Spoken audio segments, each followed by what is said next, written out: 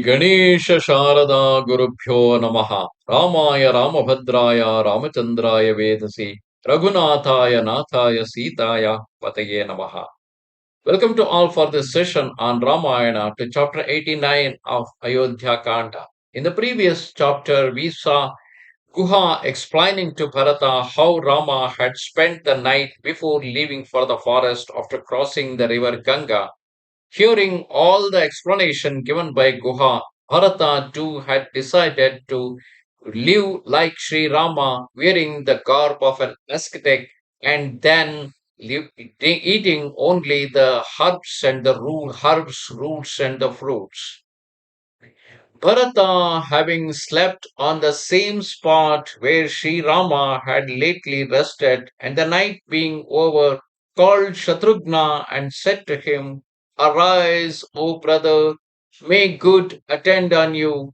The day has dawned, sleep no more. Please summon Guha, the chief of Nishadas, so that he may convey our army across the river. Shatrughna answered to him, O noble one, I am awake. I was not able to sleep, for like you, I have been meditating on Sri Rama. As these two, the chiefs of men, stood conversing together, Guha approaching said with humility, O prince, did you rest at ease on the river bank? Did any disturbance visit you or your army? Hearing these words of Guha uttered with affection, Sri Bharata answered him, saying, O king, we have passed this night in peace, having been highly honored by you. Now let your servants convey our army over the river. Guha hastily returned to his city and spake thus to his servants and relatives.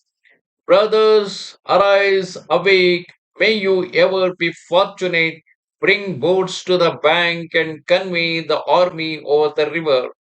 Thus addressed the ferrymen arose and gathering 500 boats together brought them to the bank.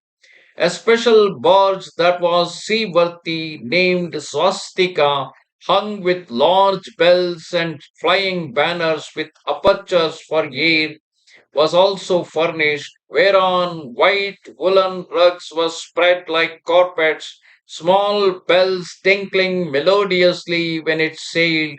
This bark was steered by Guha himself.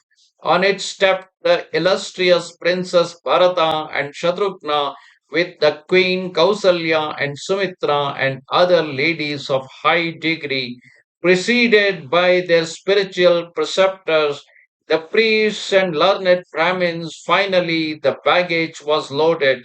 At the time of departure, the noise of those burning the residue left by the army of those who plunged into the holy Ganga and the porters bearing the luggage ascended to the sky.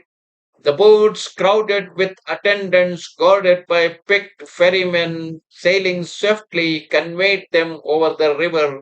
Many vessels contained women only, while others were filled with horses or bullocks, carts, cattle, and mules. Reaching the other bank of the river, the people disembarked, the ferrymen of Guha's relatives playing divers games in the water as they returned. Some of the elephants, resembling mountains as they moved, were driven across by their mahouts. Others crossed in boats, some on rafts and some swam. Guha's servants ferried the army over the river, therefore before taking their morning bath. During the period of Maitra, following on the sunrise, the army crossed the sacred stream and entered the charming forest. Arriving at holy Prayaga, the magnanimous Bharata spoke encouraging words to the army and ordered them to camp at ease. Then the prince, accompanied by Guru Vasista and other priests, went to see sage Bharadvaja.